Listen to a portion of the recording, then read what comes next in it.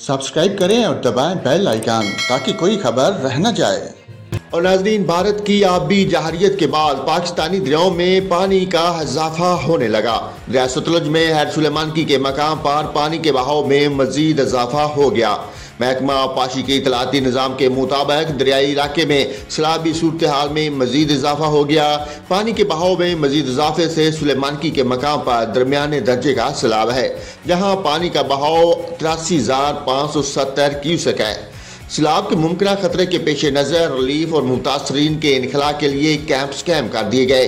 बहावल नगर, चिश्तियाँ और सुलेमानकी के मुतअद्दिद मकामात पर रिलीफ कैंप्स कैम कर दिए गए।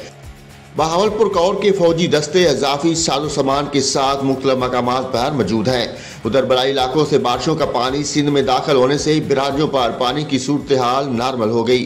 सैलाबी रेला 6 से 7 रोज में सखर बिराज पहुंचेगा, लेकिन सैलाब का कोई खतरा नहीं। जबकि कोट मिठन के मकाम पर पानी की सतह में भी इजाफा हो रहा है। जंग में दरियाई पट्टी के साथ खड़ी फसलें पानी के जिद में आ गईं। दरिया चिनाब में जंग के मकाम पर सैलाबी रेले के बहाव में कमी आने लगी। दरिया रावी में नारोवाल से सैलाबी रेला गुजर गया, जबकि पानी के बहाव में कमी जारी है।